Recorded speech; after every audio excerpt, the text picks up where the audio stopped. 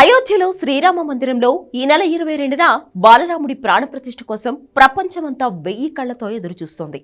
ఇప్పుడు ఎక్కడ చూసినా రాముడికి సంబంధించిన న్యూస్ వైరల్ అవుతుంది. అయోధ్య రాముడి ఫోటోలు, వీడియోలు ఇలా ఏవి కనిపించినా భక్తులు ఆసక్తిగా చూస్తున్నారు. అందుకే అయోధ్య రాముడికి ఉన్న ఇమేజ్ ను క్యాష్ చేసుకునే పనిలో పడ్డారు సైబర్ క్రిమినల్స్. ఫేక్ లింక్స్ పంపుతున్నారు. వాటిని ఓపెన్ చేస్తే చాలు బ్యాంకు ఖాతాల నుంచి ఉన్నదంతా ఊడ్చేస్తున్నారు. ఇలాంటి ఫేక్ గాళ్లు ఇండియాలోనే కాదు పాకిస్తాన్ నుంచి కూడా ఆపరేట్ చేస్తున్నారు. అయోధ్య రాముల వారిని కూడా సైబర్ నేరగాళ్లు వదలడం లేదు.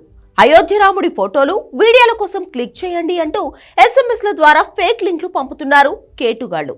అయోధ్యకు ఎలా వెళ్లాలో తెలుసా? అయోధ్యకి వెళ్లాలనుకుంటున్నారా? అయితే ట్రావెల్స్ ఛార్జీలు, రూమ్ అద్దెలు వివరాల కోసం క్లిక్ చేయండి అంటూ లింక్లు పంపుతున్నారు. అలాగే అయోధ్య రామాలయం నిర్మాణంలో మీరు కూడా భాగస్వాములవుతారా?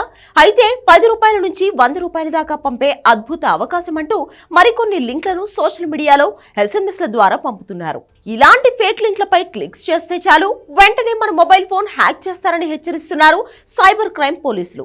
మనకు తెలియకుండానే మన మొబైల్లో వైరస్ సాఫ్ట్వేర్స్ ఇన్స్టాల్ చేస్తారు.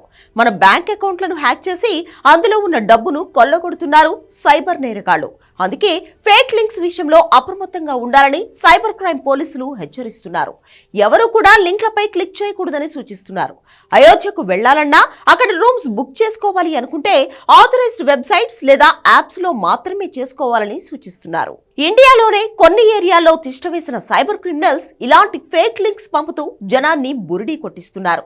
అయితే పాకిస్తాన్ నుంచి కూడా రామ మందిరానికి సంబంధించి తప్పుడు ఫోటోలు, వార్తలతో ఫేక్ టూల్ కిట్స్ రెడీ చేసినట్లు ఇంటెలిజెన్స్ వర్గాలకు రిపోర్ట్ అందింది. ఈ నెల 22న బాలరాముడి ప్రతిష్ఠ జరిగే రోజు పాకిస్తాన్లోని కరాచీ, లాహోర్, ఇస్లామాబాద్ లో ప్రత్యేకంగా కమాండ్ సెంటర్స్ కూడా ఏర్పాటు చేసినట్లు సమాచారం. అన్ని సోషల్ మీడియా ప్లాట్ఫామ్స్ నుంచి రామ మందిరంపై తప్పుడు ప్రచారం చేసేందుకు పాకిస్తాన్ సిద్ధంగా ఉన్నట్లు ఇంటెలిజెన్స్ వర్గాలు చెబుతున్నాయి.